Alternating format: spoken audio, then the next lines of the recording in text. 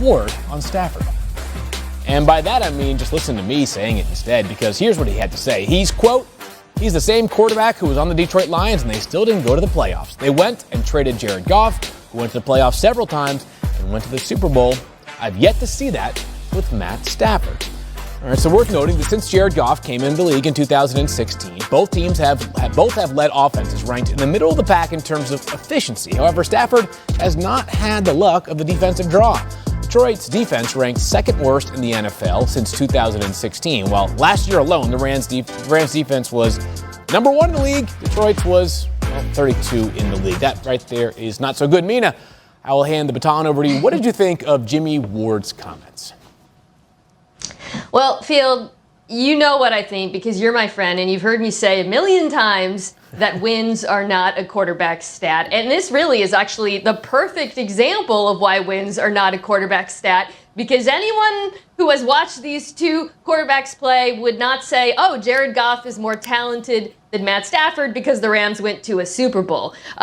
Wins are a team stat and you have to evaluate quarterbacks differently. That said, I don't think Matt Stafford should be absolved completely of his career in Detroit not going as well as he would have liked. You know, he didn't always have the best supporting cast, as you point out there. They've had some bad defenses in particular, but he did have the opportunity to play with some very good skilled players. And coming to Los Angeles, which is an incredibly quarterback-friendly offense, I do think he's going to shine and look better than Goff, but he also has to play better than he did in Detroit. And that, to me, is going to be the question that's going to determine whether the Rams are merely a playoff team or a Super Bowl team.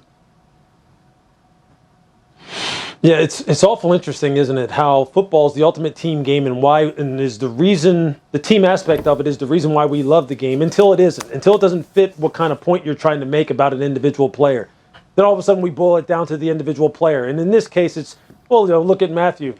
Jared went to a Super Bowl and Matthew hasn't gone to a playoff game. I mean, look, Jimmy knows better than that. He knows that's a ridiculous argument to make. He knows that doesn't provide any kind of context as to the situations that these two guys found themselves in at this point, up to this point in their careers. And that's why you just kind of dismiss it. Moving forward, though, there is no question about this. Matthew's going to the place that right now, by all accounts, many people believe that is the perfect fit for him, stylistically from an offensive standpoint, from a stylistic standpoint, and then culture-wise. He's matched up with the perfect guy in Sean McVay, although I have a hard time feeling as though any quarterback wouldn't feel as though Sean McVay is the perfect guy. And Sean isn't the only one who wanted him. Kyle Shanahan wanted him too, which leads me to believe that these two guys really do feel as though Matthew is the perfect fit for that offense. They're all in LA. It's Super Bowl or bust for Matthew Stafford and the LA Rams right now. It's Super Bowl or bust. And they both will be adjudged accordingly, both Stafford and Sean McVay, based on what the results ultimately are. Yeah, I think that's the key way to look at it, right? Because Sean McVay has been to the playoffs and even the Super Bowl with Jared Goff as his quarterback. But he looked at the situation and he said, we need to elevate the ceiling at that position.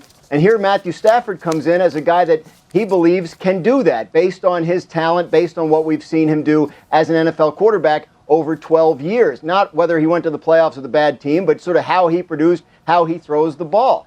Mina's point about is this a playoff team or is this a Super Bowl team? That's the way Sean McVay and the Rams are thinking. Hey, we can go to the playoffs every year with Jared Goff if we want, but we want to win a championship. We think this guy can help us. They're not alone. Lewis mentioned San Francisco looked into acquiring him. Carolina looked into acquiring him. There were a lot of people that thought Matthew Stafford might be their answer at the quarterback position. The match of him and Sean McVay puts him in a great position to show us whether it was the Lions all along or whether he really is the guy that can deliver a Super Bowl title. So, Mina, undoubtedly there's a lot of pressure on Matthew Stafford, as we've been discussing. But is it all on Matthew Stafford in L.A.? No, I think the personnel around him, there's some questions as well. Jared Goff had, I believe, the lowest air yards per attempt in the NFL last year. And a lot of that was because of him, but it was also because they didn't have the deep threat wide receiver to complement Cooper Kupp and Robert Woods in the past. You remember they had Sammy Watkins, Brandon Cooks. They hoped Josh Reynolds would be that guy. He's gone, so they bring in Deshaun Jackson. They draft Tutu Atwell. They need one of those guys to hit and be healthy to really maximize Matt Stafford as a deep ball guy. And then you saw the depth chart there with the offensive line. This was a good offensive line last year that bounced back, but it's also a thin offensive line. They didn't really add reinforcements this offseason. moving Austin Corbett likely into center. And to me, that's another part of this roster that it's a little bit fragile, because if they do suffer an injury, I think you could see the offensive production decline as a result. Yeah, there's no question that 1 through 11 offensively, Mina, they don't have it all, zip tight from A to Z. No doubt about that. I think what this offense does believe, though, and I think what Sean McVay believes, just like Kyle Shanahan believes, is this. Their play design and their play calling sequencing will make up for any deficiencies we have in personnel, because we think we're that good, and our offense is designed to exploit inefficiencies in the defense, more so than you can exploit our inefficiency on offense, number one. But number two, as Dan alluded to too, they believe Matthew Stafford can make those unique throws, those unique 1 to 2 to 3 throws a game that Jared just can't make, and that if the guys like Deshaun Jackson and Tutu Atwell stay healthy and produce, that will be enough to put them back in the Super Bowl and win it. And a lot of pressure on all involved. But as we've been saying, they've got a lot of the pieces in place, including an elite preseason broadcast team, which includes none other than Mina Kimes. All right, time to play a game of Read and React. And we begin with the latest sound from Packers president Mark Murphy, who's been busy this offseason. He's offered an update of sorts on Aaron Rodgers. Oh, Lewis? Nothing, I'm sorry, I should have read that quote. Here's what he had to say, Lewis. Nothing new to update on Aaron Rodgers. I was waiting for him to say it, and because it was such a non-answer, that's my job. What do you think about this latest non-update here from Mark Murphy? And what happens next with Aaron Rodgers? Yeah, don't worry about it, Field. I know what he said or what he didn't say. And you know what? What he said was nothing, which is exactly what he should have been saying all along. He should not have been kind of fanning the flames of controversy or trying to tap into or poke the bear, so to speak, with Aaron Rodgers.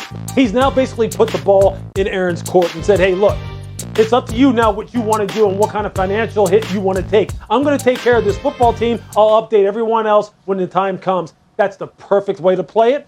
That's exactly what he should be doing. Ball's in Aaron's court. Let's see what he does with it. Yeah, hopefully this is the last time that we have to deal with this sort of update, but we shall see. It's been quite the saga with Aaron Rodgers. Meanwhile, Ryan Fitzpatrick, he has a new team. He's bounced around the NFL a ton, and he feels as though he may be in one of the best spots of his career for success. Now we can take a listen. I think this is the best situation I've ever been in, or the best situation that I've ever gone into as the guy. I signed to be the starter in Houston. I signed to be the starter in Miami. So this is now the third team that I've signed to come in and be the starter for. And I just feel like the way that I'm playing the last 4 years, kind of the progression of my career, it doesn't really make a whole lot of sense that 17 years in, physically I feel great, mentally, emotionally, I'm in the right spot. I just think I am set up for success this year, and I'm really looking forward to it. Mina, what do you make of those comments from Fitzy? Yeah, that's from the great ESPN Daily podcast with Pablo Torre. And Fitz is absolutely right. He's totally set up for success. Couldn't be in a better spot, frankly. Elite defense in Washington. Great group of skill players. You heard me talking about Antonio Gibson earlier, but I love Terry McLaurin, the addition of Curtis Samuel, the drafting of Diami Brown. It's a wonderful group. And if Fitzpatrick can play like he did last year in Miami, this team has a strong chance of winning the division. A couple of Harvard guys just talking football. What do you know? We've got an exciting edition for Monday Night Football starting this year. Of course, the outstanding main telecast will remain on ESPN and ABC, but for 3 seasons, ESPN2 and ESPN Plus will provide a new megacast offering the game featuring a couple of brothers, Peyton and Eli Manning. Yeah, 10 games this season. You may have heard of them. That begins this year. Lewis, part of the aforementioned outstanding broadcast on ESPN and ABC. Any advice for these guys as they venture into the booth for the first time?